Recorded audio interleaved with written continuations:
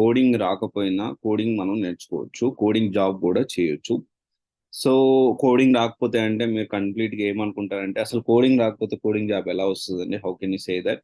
అంటే నేను అసలు ఎలాంటి బేసిక్స్ కూడా తెలుసుకోకుండా నేను కోడింగ్ అనేది నేర్చుకోవచ్చా అంటే, సో అట్లా కాదు. మనం ఏంటి అంటే మీకు కోడింగ్ రాకపోయినా కోడింగ్ జాబ్ చేయొచ్చు. రైట్. ఈమెయిల్స్ రాకపోయినా గానీ చాలా నీట్‌గా ప్రొఫెషనల్‌గా క్లయింట్‌కి మెయిల్స్ పంపించొచ్చు. ఓకే. మీకేమైనా డౌట్స్ వస్తే ఎవ్వరిని అడగాల్సిన అవసరం లేదు. మీ సీనియర్‌ని గాని లేకపోతే ఇంకోరిని గాని అడగాల్సిన అవసరం లేదు. మీకు మీరే సాల్వ్ చేసుకోవచ్చు. ఓకే. ప్రతి ఒక్క ప్రాబ్లమ్‌కి ఒక సొల్యూషన్ అనేది ఆర్టిఫిషియల్ ఇంటెలిజెన్స్ రూపంలో ఇప్పుడు మనకి అందుబాటులో ఉంది. యెస్. మనం ఏంటి అంటే చాలా మంది వీటిని కరెక్ట్‌గా యూజ్ చేసుకుంటే ప్రాపర్ రెజ్యూమ్ బిల్డ్ చేసుకోవచ్చు. ప్రాపర్‌గా మనం మెయిల్స్ ప్రిపేర్ చేసుకోవచ్చు. ప్రాపర్‌గా జాబ్ చేసేటప్పుడు కోడింగ్ కొంచెం మేనేజబుల్ స్కిల్స్ వచ్చి మనం అసలు కాంటెక్స్ట్ ఏంది?